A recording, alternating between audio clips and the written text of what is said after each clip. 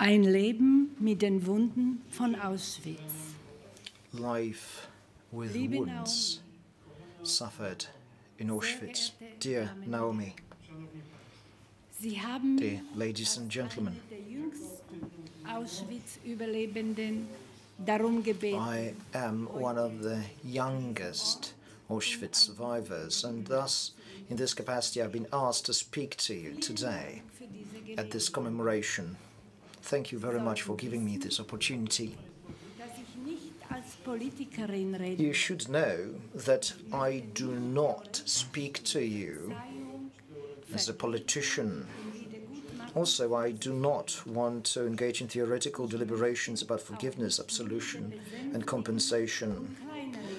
Neither is it my intent to diminish, to lessen what people suffered and experienced in Auschwitz.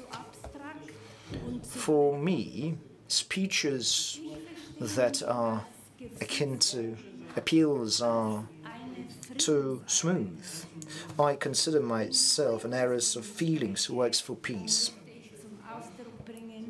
When I'm speaking to you today, I would like to stress something.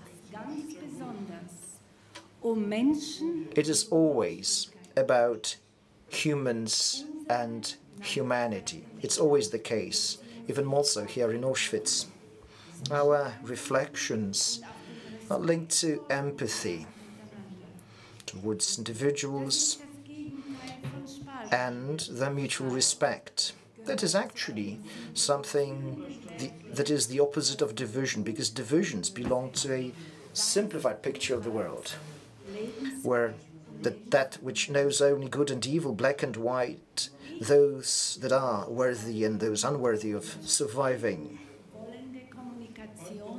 I, however, would like to rely on communication based on the need for mutual understanding between all people and all groups, irrespectively of how different they are. After all, it is differences that enrich us. The more differences we bring in, the more diverse our communities become. My mother went through Auschwitz as a single woman, and then it was difficult for her as a woman and as a Jew to live in a society that wanted to forget. That was her lot in life. So my mother was full of energy. She was an entrepreneurial person, and that shows you what it means to live with this internal destruction within life after the liberation of the camp. Most society wanted to deny what was basically done to Jews, but then she was living by herself, single mother with 2 children, and she was a person living with trauma, extensive mental trauma, all that in a traumatized society that followed the principle it must end one day, and that society wanted to return to normality. What do you see in the photo? You see my mother and myself. At the time, it was in Novaki, it was a labor camp. It was winter, 1943. So, seemingly cheerful woman, devoted mother. But if you have experienced it yourselves, you know that wounds that you suffered in a labor camp and later in Auschwitz, a death camp, such wounds cannot be easily treated and cured. It is impossible to hope that time is going to heal wounds when we are speaking of Nazi terror and Auschwitz. Those who suffered in Auschwitz, they know that those wounds will always be carried within, irrespectively of how much time has passed, irrespectively of whether they can or cannot talk about that. irrespectively of whether they are keeping this experience to themselves or at least partly passing this experience on to other generations. No matter whether they are victims or perpetrators. When my mum looked at this photo, she said, "You are a symbol of life in a time of death." After the camp was liberated, our neighbors in this Slovak town, they would shout, "It's a miracle that you're still alive." As a child, I was, to some extent, proud of the fact that I was somewhat of a miracle. Only later did I come to understand it fully. Even still today, I consider it a miracle that on the 3rd of November 1943 we arrived here on the last transport.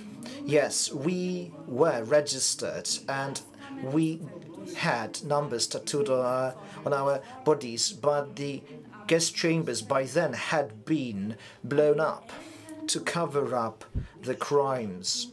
And it was a stroke of luck that allowed me and my parents to not be captured by this machine of death. All the other members of our family were less lucky. Only my mother and I survived. Nora, my sister, was born shortly after the liberation. It was April 1945. It was here in Auschwitz. All of my mother's siblings were murdered. In the photo you see my mother, born in 1923. She was the youngest sibling. Francis, 1911, Poldi, 1914, and Berti, 1921. Now, my father got separated when we arrived in Auschwitz. Briefly before the liberations, he was taken on one of the marches of death. You read in the files that he died in Melgen. In the certificate, death certificate, it says that he died of sepsis, but at this point it cannot be verified in any way. You can see or rather him as a child, and in the other photo it's his wedding picture. Only recently I shed some light on his history.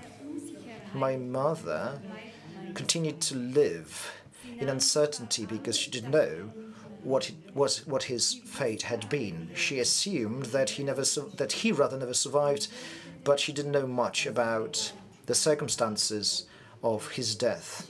And also, she was worried that he suffered as a victim of violence. It is quite terrible because at this point, we, our family, have no relatives, no aunts, no uncles, cousins. All of them have been murdered. Basically, this subject was absent in our family. It was something that you could not speak about. It's a bit of a riddle for me how my mother managed despite all that. And we, me and my sister, had a relatively normal youth and childhood. Nora and I, at first glance, we were quite normal children. Our mother had this great strength of spirit. She was entrepreneurial. She got educated and she worked as a teacher in a Jewish community to her great satisfaction.